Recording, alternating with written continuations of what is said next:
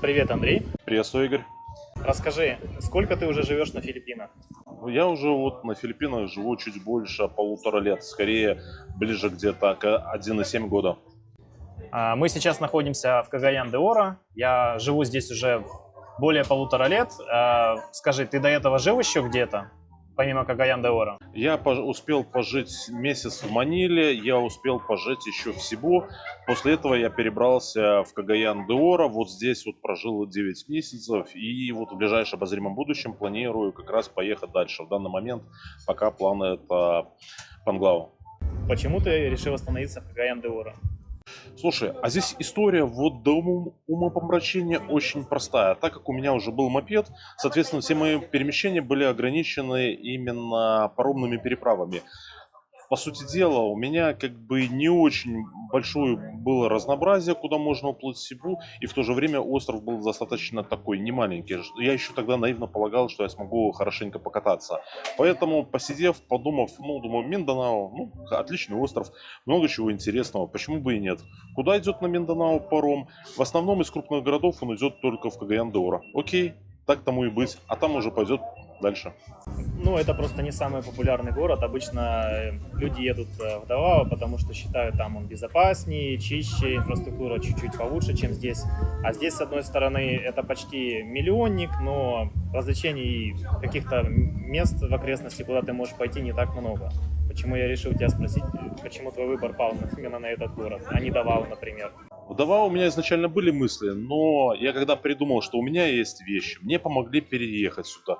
У меня был маленький горбунок, это Yamaha Soulti. И я так подумал, что для меня куда-то сейчас переехать, это очень проблематичная и очень такая непростая история, поэтому поживем вот здесь, а дальше уже как пойдет, как оно будет. Как ты оказался вообще на Филиппинах? А история у меня тоже была такая довольно интересная. Я уже успел пожить в Грузии, успел пожить в Турции. Но очень много было наслышан об Азии. Тот же Вьетнам, тот же Таиланд, немного Филиппин, там Индонезия. И начал смотреть, с чего бы можно начать было путь. Посмотрел визовую политику. Вот здесь Филиппины выглядели, во-первых, очень интересно, во-вторых, они выглядели как такая отшиб мира. То есть где-то вот там далеко, где-то вот есть такая вот страна в самом далеком месте. Вот туда можно сначала перебраться и оттуда начать свой путь. Наивно, я так полагал. Как сюда я приехал, пока желания куда-то двигаться дальше нет. Пока я не дозрел вот дальше ехать. Потому что многие сюда приезжают в поисках филиппинской жены, девушки, ты знаешь, этот распространенный миф гуляет по интернету и прочее. Что ты об этом думаешь, скажи? И о девушках. Сначала, естественно, перед тем, как сюда ехать, я, конечно же, посмотрел каналы разных блогеров. Так выглядело все очень интересно. Но, зная специфику, как обычно любят вещать блогеры, что это как минимум надо делить на 2, а иногда и на 3, и как оно будет, было так немножко непонятно. Но это выглядело очень интересно, мне захотелось вот посмотреть, как же это вживую, естественно. А так как мне, в принципе, азиатский типаж вполне себе нравится, для меня это выглядело интересно. И вот, когда перебравшись сюда, вот очень плотно в эту, скажем так, сферу окунувшись, зрители мои прекрасно знают, что здесь было очень много с кем переобщался. И вот получилось такое двоякое впечатление. Соответственно, все, что идет легко на контакт, находится в онлайне, в большинстве случаев это, мягко говоря, скажем так, выгребная яма, скажем так. То, что вот более интересное, оно находится глубже, либо в реале. Если и получилось как? То есть, если ты видишь действительно нормальную, адекватную филиппинскую девушку, она очень интересна, очень хороший такой здоровый подход и все остальное. Если же смотреть направление вот для отдыха, клубные варианты, быстрое знакомство, то там ситуация, примерно такая же, как в СНГ получается. Так что, если подытожить, то филиппинки мне очень понравились, вот как именно как девушка, вот хорошая, добротная. То есть, в принципе, если ты здесь с кем-то познакомишься, ты не против, если девушка или даже потенциальная партнерша или жена будет филиппинка? Да, вообще ни разу не против. Я вот пожил, посмотрел, как происходит взаимодействие, и в принципе, для себя решил, если я вот на своем пути встречу действительно адекватную, скажем так, девушку, которая будет вести в соответствии с моими ожиданиями, скажем так, с моими требованиями, то я не вижу, скажем так, ее потом менять впоследствии на какую-то либо другую. Если вот она хороша, то все. Значит, будем идти дальше вместе. Не вижу в этом никаких проблем. Расскажи немного о себе. Чем ты занимаешься здесь? Здесь у меня пока удаленная работа, скажем так, на иностранного заказчика. Занимаюсь я разработкой, я являюсь пока бэкэнд-разработчиком, но я здесь больше сместил баланс в сторону жизни. То есть как бы работа есть, как позволяет, скажем так, текущая ситуация, но в то же время есть какая-то жизнь, есть возможность насладиться прекрасными пейзажами, прекрасными красотами, пообщаться с интересными людьми. Как ни странно, оказалось наших соотечественников весьма много здесь. Даже в этом городе иногда хватает Да, даже вот нескольких. в этом городе спрашивается Кагаян де Оро, который далек от всех путей, и то здесь, если начать так упорно думать, то в окрестностях и в нем, с десяток можно сразу перебрать, а вот дальше будут вопросы. Расскажи про свой опыт свиданий или отношений с местными девушками. Ой, Как это у тебя опыт у меня происходило? очень был интересный. Основная масса опыта у меня, естественно, проходилась на Сибу, так как нужно было удовлетворить свой первичный интерес и посмотреть, что же из себя представляет. Это было новое, это было интересно. Сейчас, конечно, картина уже сложилась, но тогда это было в новинку. Естественно, как каждый добропорядочный иностранец, заводишь аккаунты на дейтинговых сервисах, например, тот же Пенолав, Филиппино Купит, сразу же егаешься там Тиндер, Баду, потом мне еще подсказали Facebook знакомства, и начинаешь общаться. Переобщался в онлайне я очень с большим количеством, скажем так, девчонок, наверное, переписок в WhatsApp, больше 1000 было это точно. Но и здесь я сделал просто выводы. Весь этот онлайн-контингент, он четко укладывается в определенный шаблон. И как знакомство, так как я от человека части ленивый, у меня знакомство начинается. Приедешь ко мне, будем общаться. Если куда-то идти, куда-то бегать по каким-то заведениям, этим свиданиям, кого-то дожидаться нет. У меня настроения и желания сильно не было. Но даже в таком подходе я встретил, познакомился с достаточно много интересными, нормальными женщинами, скажем так. Несмотря на то, что, скажем так, некачественных очень много тоже. То есть ты себе здесь ищешь девушку скорее для серьезных отношений, просто пока не нашел. Скажем так, можно смотреть, как говорится, попадется хороший вариант, который можно будет оставить. Я с удовольствием продолжу с ней взаимодействие. И вот хоровод лиц в жизни женского пола, я не вижу в этом, скажем так, сакрального какого-то смысла. Но чаще оно получается. Подходишь, скажем так, с идеей познакомиться с адекватной, подходящей девушкой, а оказывается, как говорится, как в поговорке, мы хотели как лучше, а получилось как всегда.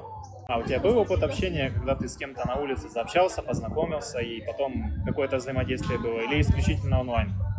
Были на улице знакомства, в IT-парке я знакомился. Было и продолжение, а было также, например, здесь, вот недалеко от Лимкиткай мола, знакомишься, вроде интересная девчонка, начинаешь переписываться, а там все как обычно. Знаешь, говорит, ты мне нравишься, я бы хотела с тобой жить, но если ты купишь моим родителям бизнес. Я думаю, что понять, что я сделал, очень легко и просто. Полетела в бан со скоростью звука. Что планируешь в будущем? Здесь оставаться или перебираться на какое-то другое место, на другой остров, или из Филиппин в какую-то другую страну? Пока на близлежащее будущее у меня планы попутешествовать, пожить на разных островах, посмотреть все это многообразие. Потому что Минданао остров хороший, большой, интересный.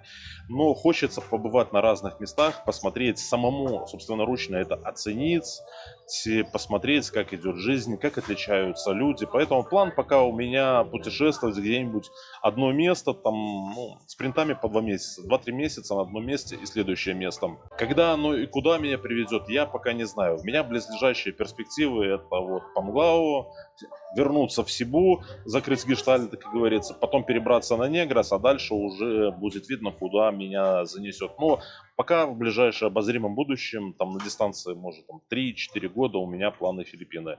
Если у меня, скажем так, появится близкий человек, то я продолжу путешествие с ним. Ну, а если нет, так в принципе оно и так замечательно. Общался ли ты тут с кем-то из наших соотечественников? Ну, не только блогеров, а вообще из ребят. Да как ни странно, вот я периодически сталкиваюсь с ребятами, с нашими соотечественниками, общаюсь. И бывают вот просто такие интересные моменты. Один из, вот как ни странно, IT-парк в Сибу — это место встречи, изменить нельзя. Находишься в супермаркете, опа, слышит русская речь, все, прибегает соотечественник, давай знакомиться, давай общаться, ой, все весело. Потом идешь, говорит, а потом говорят, ой, это ж ты Эльфуэго, давай общаться. Вот так в плане такого, уж чего-чего, а здесь я вот такого вот, ну, ни разу не ожидал, что так столкнуться. Да банально, я жил в Сибу в кондоминиуме 38 Парк-авеню, еду в лифте, на меня смотрит чувак, похож на нашего, говорит, ой, русский, понеслось, заобщались. В один момент мы сидим в лобби, общаемся, ну, как обычно, там, тема девушек, мест и всего остального, разговариваем, и здесь смотрим, такой взъерошенный чувак залетает, как говорится, сразу схода, о, я вижу, вы русский, расскажите мне про девушек, вот так вот, бесцеремонно, вот так вот с ноги, как говорится, открыл дверь и залетел. Так что вот так оно здесь происходит. Ну, ты знаешь, еще также очень много видео можно найти о том, как здесь обманывают кого-то, разводят, кидают. И у меня есть такое мнение, что большинство людей, у кого это происходит, отчасти они виноваты сами, потому что иногда ведутся на какие-то простые манипуляции, где их разводят и кидают. Отчасти это связано с законодательством. Но из тех историй, которые я видел, я бы сказал, 90% виноваты сами, или что повелись в непонятную какую-то схему, либо с девушкой, либо с землей, либо с какими-то еще другими моментами. Что ты об этом думаешь? Знаешь, Игорь, я думаю, что каждый сам кузнец своего трындеца. Из того, что истории я видел и наблюдал, здесь, да, здесь есть небольшой процент кидалово с очень хитро сделанных граждан, например, с арендой, но в большинстве случаев все влеты, 90%, даже может даже больше процента, это сами виноваты иностранцы. Когда они видят, например, в баре девушку, они пришли к тому, что, скажем так, многие из них, ну, откровенно говоря, забитые, затюканные, которых подавляли, скажем так, местные, отечественные женщины, они тут резко раз и видят к себе другое отношение. И они это принимают за любовь, за чистую монету и все остальное. И у них как бы трезвость мысли частенько отключается. И начинаются разные истории. Очень много историй, как там, например, американец познакомился с барной девушкой, через 2 дня он на нее купил кондо, через неделю он стал бомжом и удивляется, а что же пошло не так? То есть, да, я склонен к тому мнению тоже, что все 90% проблем создают сами себе иностранцы, потому что просто банально ленятся посмотреть, даже у ChatGPT спросить специфику той или иной страны, быстренько поверхностно погуглить и понять, что они могут, чего не могут, и отсюда начинаются, в принципе, проблемы все. Ты сказал тут момент про аренду. Можешь рассказать про свой опыт аренды и возврата депозита в частности? Ну, у меня вот до сего момента он был, в принципе, отлично. Мне всегда возвращался депозит, все остатки. Но вот с последним домом такая вот забавненькая история получилась. У меня в контракте был прописан, что 1 месяц залога я могу прожить. Я его, естественно, прожил. И когда он подходил, я спрашиваю, может, давайте я 2-й месяц тоже за счет депозита проживу, чтобы хозяину не нужно было отдавать деньги. И риэлторша, нет, прописан только 1 и все остальное. Я уже нашел себе вот текущий вариант на месяц, чтобы, скажем так, собраться с силами к перемещению дальше. И он мне пишет, знаете, сэр, у меня проблемы с деньгами, может, вы доживете этот месяц? И я просто готов был материться, потому что я предлагал этот вариант, что давайте я проживу. Закончилось тем, что он мне часть депозита вернул и говорит, я вот остаток вам в конце месяца переведу. Как оно будет, честно говоря, не знаю. То есть здесь Но также знаю, что у меня вот много друзей рассказывали, особенно если они заключают договор, не заключают договор аренды, а просто снимают там под честное слово, то очень много, скажем так, депозит кому не возвращали, либо всеми правдами и неправдами пытаются найти косяки, за которые они хотят его там порезать. Так что, ну, такая как-то ситуация. Здесь также очень много случаев какого-то мошенничества с покупкой земли. И, впрочем, если кто не знает, землю нельзя покупать на Филиппинах, если ты иностранец. Но, тем не менее, некоторые решают, что все равно можно через кого-то, через какого-то знакомого, где-то как-то что-то, чтобы построить там себе дом и спокойно себе жить. Слышал ли ты про какие-то случаи среди твоих знакомых, еще кого-то? Напрямую лично я сам с этим не сталкивался, но я общаюсь вот с другими блогерами, которые знают историю, с другими людьми.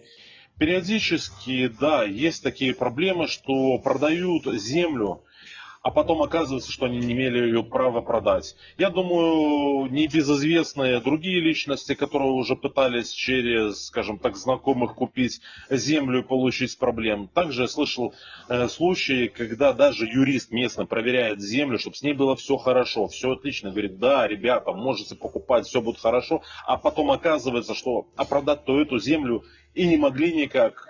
Поэтому я слышал об этом из разных источников. Лично у меня нету даже мысли туда лезть, потому что, на мой взгляд, вот идешь по касательной, по аренде, это отлично. Заводить собственность там, где у тебя, очень такие туманные права, то, так себе идея. Из прав, которые есть, здесь есть аренда земли на 25 лет с продлением еще на 25 лет. Недавно сделали поправку к закону, которая относится к инвесторам, и теперь аренда может быть 99 лет.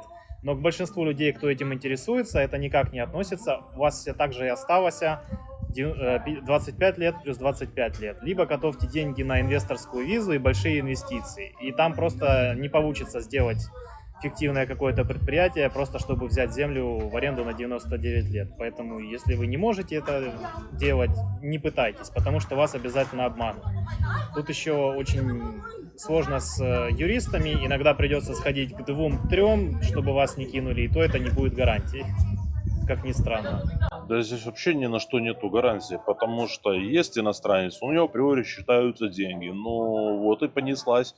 А многие из них не удосуживаются даже просто минимально, просто погуглить, почитать хотя бы поверхностно какие-то законы, не вникая в суть. Ну и исходя из этого, они попадаются, вот развесив уши, что давайте вот это нельзя, вот это можно, давайте сделаем вот так. Ну и все. А потом проблемы. Ну, блин. Если ты хочешь вложить кучу средств, потратить, сначала хотя бы чуть-чуть почитай, хотя бы немножко ознакомься, что ты можешь сделать, чего ты не можешь, поверхностно, чтобы тебя вот совсем откровенно лапшу на уши не вешали. Поэтому прежде чем куда-то лезть, просто возьмите, почитайте, посмотрите законы. Если надо, сходите на консультацию к юристу. Это не очень дорого стоит, чтобы потом вас здесь не кинули. Потому что я знаю случаи, когда не только местные, но и наши, мягко говоря, обещают помочь с чем-то, с переездом, с поиском жилья, с оформлением каких-то виз, и потом просто нагло кидают на большие деньги. И на не очень большие, и просто кидают. У некоторых из них даже каналы есть, обещают о том, что они помогут вам с переездом, все расскажут, но если потом начать копать информацию, даже ту, которую не рассказывают в своих видео, окажется, что половину того, что они рассказывают, они либо не понимают, либо просто не говорят об этом. И в итоге вы им заплатите и можете оказаться в итоге ни с чем. Если хотите, чтобы у вас все было нормально, не пользуйтесь услугами «Помогает». Если надо, есть юристы, есть переводчики, заплатили, пошли, не надо никого слушать. Какие-то общие советы можете посмотреть, потому что видео очень много информации тоже. Но решение принимайте сами, не слушайте, если вам кто-то на мозги капает. Слышал ли ты про такие случаи, когда кого-то из некоторых блогеров кидали с землей? Да, я таких знаю. Я вот с землей только через вторых рук, но когда помогаторы отпомогали так, что финансовые потери, таких я лично знаю. Да, я тоже таких знаю, мы имена упоминать не будем, но если кому-то интересно, можете написать или мне, или Андрею. Я думаю, мы расскажем вам историю, кто, что и чем он занимается в итоге здесь. На этом у нас сегодня все. Я надеюсь, вам было интересно. Если вам нужна какая-то информация, можете написать Андрею. Если вас интересует изучение английского языка, у вас есть дети, моя жена учитель английского, можете написать мне по любой ссылке в социальных сетях, и ваш ребенок будет заниматься английским. Также, если вы ходите в зал и вы хотели бы какую-то программу тренировок, либо ведение, либо что-то еще, можете мне написать. Я тренер и могу с этим помочь. Андрей? Спасибо тебе за видео. И тебе спасибо за уделенное время. Увидимся с вами скоро. Пока.